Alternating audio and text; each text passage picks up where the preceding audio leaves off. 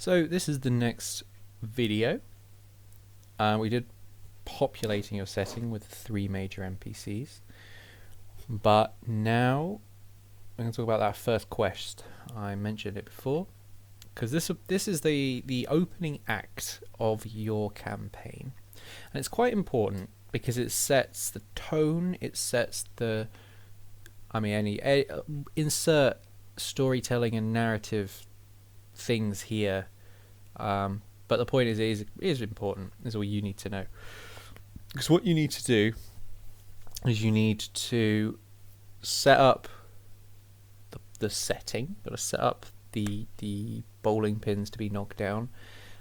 You don't have to, but you can start sprinkling foreshadowing events here, things that are going to occur, and you've got to get the players to meet in a way that feels natural, and that the players, not the characters, the players are comfortable with, especially if you have new players, because I'm assuming you're new DMs. It's very possible you've got new players as well, so you need an opening quest that eases everyone involved into this D&D shenanigans that you're pulling off, right?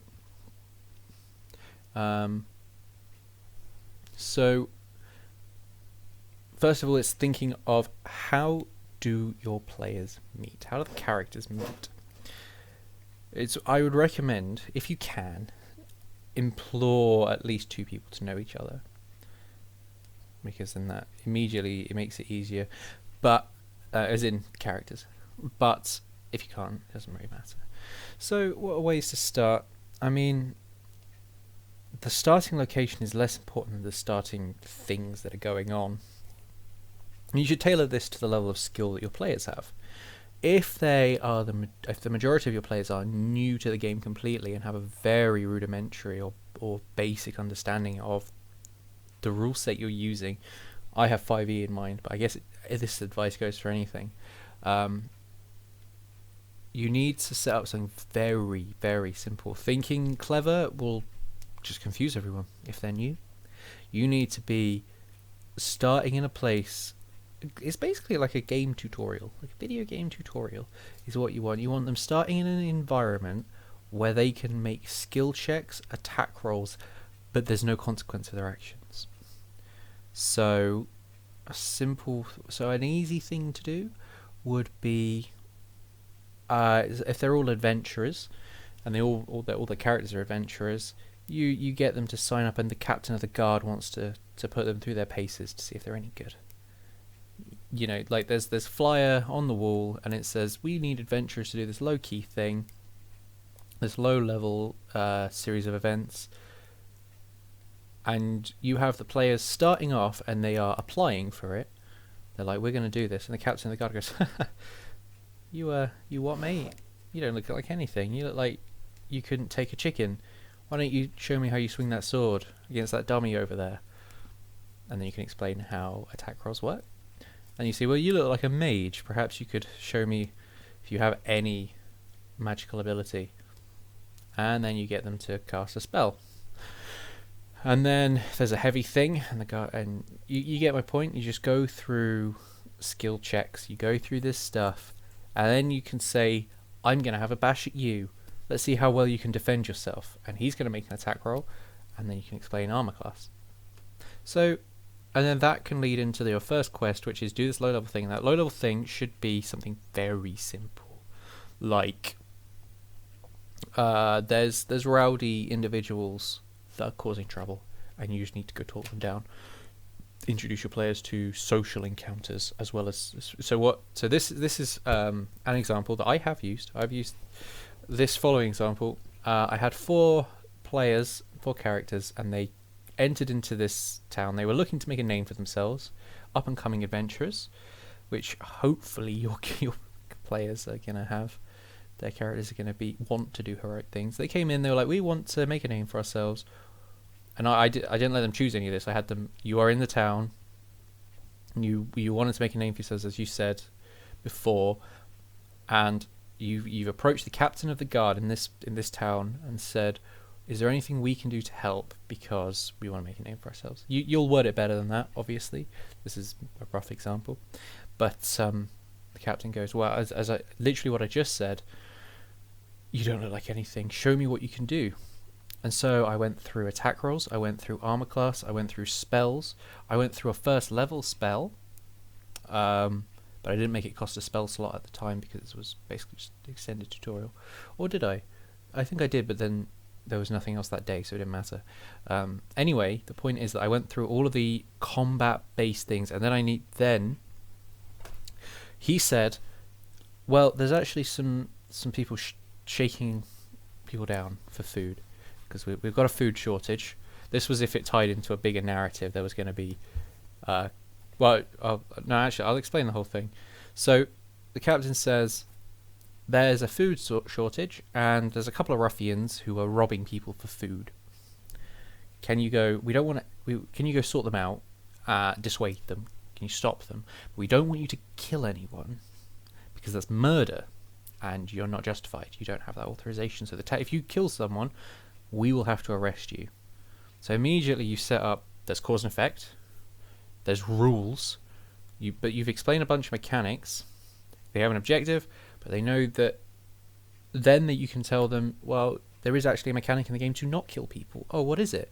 Well, it's you can only hit them with melee things. Anything ranged or spell will kill them, so you want to be careful. If they look weak, you don't want to be doing that. So immediately you set, there are boundaries, there are rules.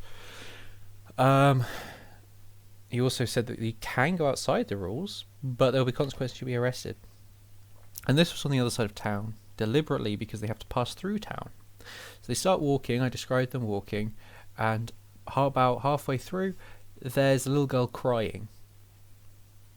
And the players approached. I didn't tell them they had to. I just said, as you go, you see a young girl, and she appears to be crying. And then they were like, oh, let's investigate. And it's very simple. It was a little girl who said, my ball or my frisbee, something like that, was in that garden there, but there's a big mean dog. Can you get it for me? And they were like, yeah, we'll get it for you. So then we had a little encounter with no combat, but skill checks. Because they had to get they had to survey the scene. Wasn't really a perception check, but it helped me introduce perception checks. They had to survey the scene to see that it was a little, I think it was a 10 by 10 garden with a big burly Rottweiler looking thing, quite aggressive. I think she explained that it was aggressive to anyone that wasn't its master. And so you've opened up this playground now for your players, because you don't know what they're going to do. They could go search for the master. They could do all sorts of things based on... It could do a bunch of class-specific stuff. And I had a ranger who could communicate with beasts, who, because he was new, tried to, but he tried to say, I communicate with the beast. I say, what do you do? So he kind of went, I just kind of wave at it, which was very funny. So, I mean, a whole bunch of shenanigans went on, but the point was that we got skill checks to get in, skill checks to succeed.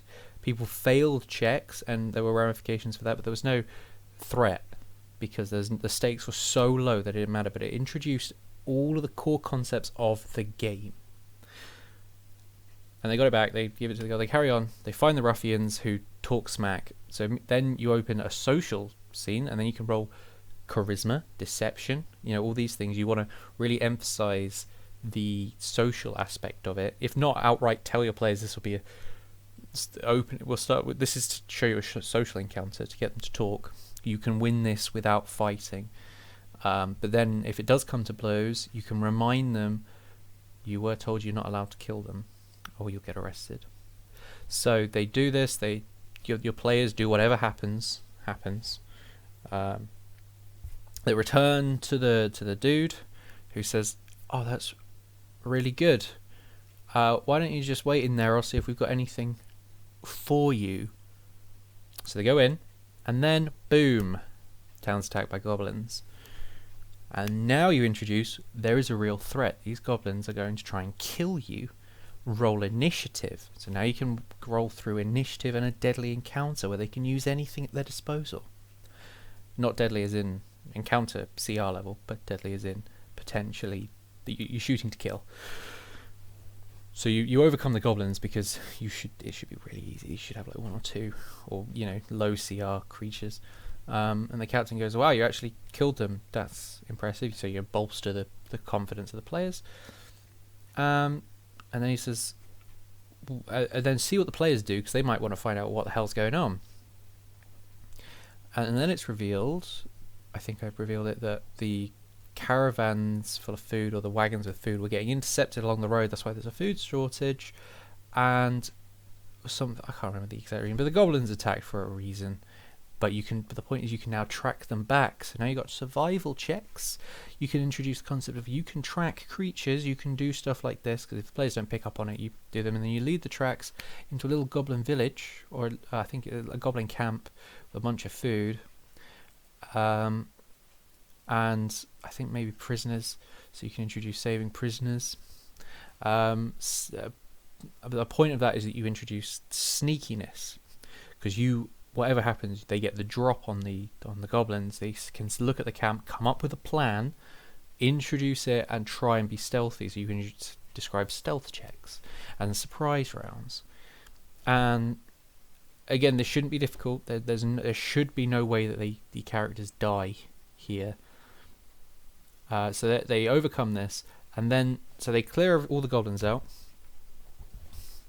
There should be a bunch of environmental stuff as well, if at all possible. So you got cover, where you describe the goblins taking cover, and then you can explain you can also take cover against these ranged goblins. You should have a mixture of ranged and melee against your players, to show them that the enemies can do stuff too. So once that's over, there's one unconscious person that they can try and resuscitate, and then you can do a medicine check to show what that can do. And then, if I remember correctly, I had a bit like an imposing looking figure who said something like, "Oh, is that you, Captain?" Something like, "Oh, there's a twist, and it's a big boss who you describe as like really fearsome looking, and if the characters try and like attack, will beat them but not kill them." Then you introduce the fact that they can be beaten, and this guy should be the boss, the first act's villain, who they eventually defeat once they reach level 3 or something. But for now, he beats them down, and he's like, "You're not even worth my time." Something like that. And then you end the session. You either end the session with him downing someone, or if everyone goes, "Oh crap, he's a huge threat," then you end the session, or something like that. So it needs to be on a dramatic ending, and that is a first session. I know I got a little bit sidetracked. I was meant to do first quest, but that's an example of a very successful, in my opinion, first quest / session for completely new players. For slightly more advanced players, you don't need anything like that. You can get quite fancy. You can get quite clever. You can do any of the tried and tested tropes. They're tropes for a reason, because they work. Bar, prison, unexpected circumstance. You're all knocked out and you're all conscious here. Literally, whatever your mind can come up with. But the point, what's more important than how they come together is the reason and the thing immediately following it. Like everyone meeting at a bar is really boring if nothing happens at the bar other than they meet. Having them meet in a prison is very boring if the only reason that they're in a prison is to meet. If they meet in a bar and one of them isn't welcome in the bar because of their race, so someone's playing a gnome, and it turns out they didn't know this, but the gnomes aren't welcome in this bar, and you have some people approach them as they're getting together, or they don't know each other, and a bunch of thugs come up and they're threatening the gnome, and they're like, "What are you doing in these parts?" But everyone else is all the other players are in the bar, and then they can stand up and eat and go, "Whoa there, hold on." You can have a little bit of a fight first thing, get everyone pumping, because then the first thing that happens is a fight. You can introduce all the players and characters and what their class can do, what the way the players' minds think. So, I'm going to get this bottle and smash it over his head. Well, I'm going to cast a spell, and then they can all go, "Oh, you fought pretty well. And then there's a unifying thing, because then someone else comes in who's actually this guy's boss, and he's one of your important NPCs, and he's like, what have you done? And then you can go from there. God, I got really sidetracked. This was meant to be first quest, not intro, I think. Yeah, your first quest line for experienced people should be about setting the tone. I said that already. Should be, but it's true.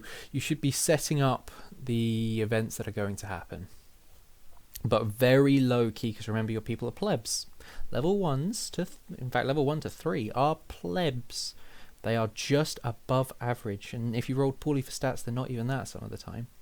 But they have a lot of grit and determination. So the first quest that they ever do, the should be get them from level 1 to 2, and be really easy.